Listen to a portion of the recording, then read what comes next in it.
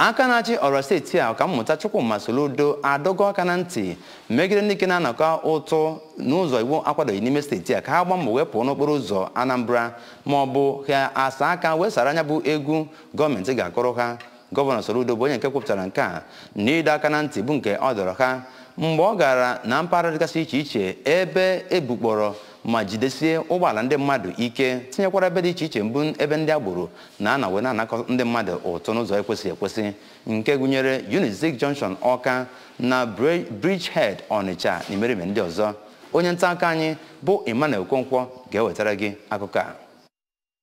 Aka na-achị steeti a nke ọ bụ onye nọchite anya ya na ya bụ njem bụ osote ya bụ dọkịnta Onyekachukwu Ibezim kwararịrị na ego ekwesị ịdị na-akwụnye n'akpa gọọmenti iji nyere ya aka na-alụ ọrụ na steeti a bụzi nke na-aba n'akpa ndị ọchọngọnoko na steeti a, ebe ọ dọrọ aka na ntị na gọọmenti ya agaghị agbazi nkịtị ụdị ya na-eme na steeti a. Gọvanọ Soludo onye rụtụrụ aka na mbọ dị iche iche ọchịchị ya na-agba iji wee weta mmepe tọrọ atọ na steeti a kpọkwuru ndị nọ na steeti a ka ha bụ ndị ga-agbanyesi ike ịkwado ebumnobi ya maka iweta agamnihu na steeti a site n'ịtụ ụtụ isi ha na otu ndị ọzọ kwesịrị na ha ga-atụ. Ọ gara n'iru dọọ ndị ọrụ nchekwa ndị na-anọ n'okporo ụzọ awara niile nọ na steeti a aka na ntị ka ha bụ ndị ga-akwụsị akparamagwa dị iche iche nke nwere ike iweta ihe ntụmadị n'okporo ụzọ ndị ahụ. Ụfọdụ n'ime ndị eji moto ha eji n'ụzọ na-akwụghị ọtọ n'Ọnịcha bụ Maazị Nnamdi Ovu nakwazi Maazị Ụzọchukwu Ezileagụ kenere nnọọ Gọvanọ Soludo maka ịgbatara ha ọsọ enyemaka ma kpọkue gọọmenti ka ewepụta iwu ga-achụ ndị agboro ọsọ ọkpa elu ala na steeti a ọkachasị na mpaghara Ọnịcha ebe ha kọwaa dịka ebe obibi ndị agboro.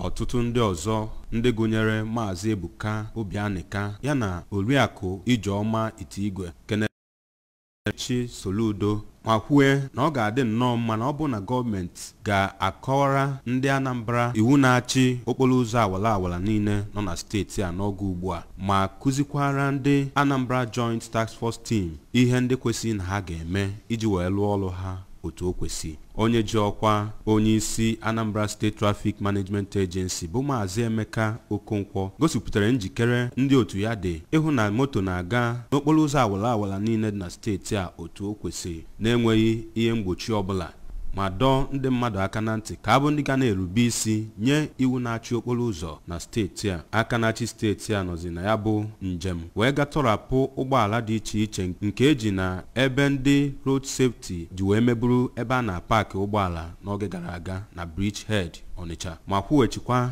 ọtụtụ ndị mmadụ ego ha n'uju. Ndị soro aka na-achị steeti a gaa ya bụ njem gụnyere kọmishọna na-ahụ maka ogige ebe obibi bụ Maazị Felix Odimegwu, onye ji ọkwa chairman nke Anambra State Revenue Service bụ Maazị Richard Madiebo, onye ndụmọdụ pụrụ iche nye gọvanọ steeti a n'ihe gbasara nchekwa bụ Retired Air Vice Marshal Ben Chiobi na imerime ndị ọzọ. Site na Bridgehead Ọnịcha, abụ m Emmanuel Okonkwo.